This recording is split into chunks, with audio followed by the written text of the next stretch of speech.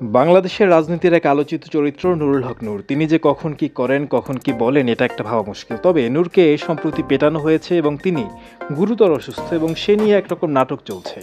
নূরকে কারা পিটিয়েছে, কোথায় পিটিয়েছে, কিভাবে পিটিয়েছে সেটা একেবারে পরিষ্কার ভিডিও ফুটেজ আছে। তারপরও সরকার এটা নিয়ে টালবাহানা করছে। নূরকে পেটানোর পরে সেই সরকারই আবার নূরকে বিদেশে পাঠানোর জন্য নির্দেশ দিয়েছে, তাকে উন্নত চিকিৎসার জন্য বাইরে পাঠানো হবে।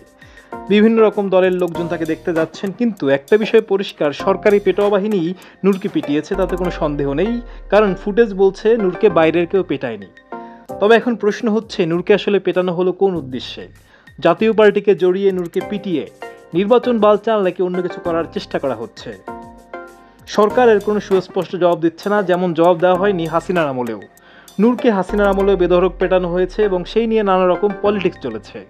এক্ষেত্রে আমরা দেখলাম সে একই রকম কাণ্ড, সরকার একই তরিকায় নূরকে পিটিয়ে একই রকম বিবৃতি দিয়ে তাকে আবার বিদেশেও পাঠাচ্ছে। মানে যিনি হাকিম তিনিই হুকুম দিচ্ছেন, তিনি আবার ওঝা হয়ে ঝাড়ছেন, সাপের বিষ নামাচ্ছেন। এই যে বিষ নামানোর খেলা, এটা কতদিন চলবে?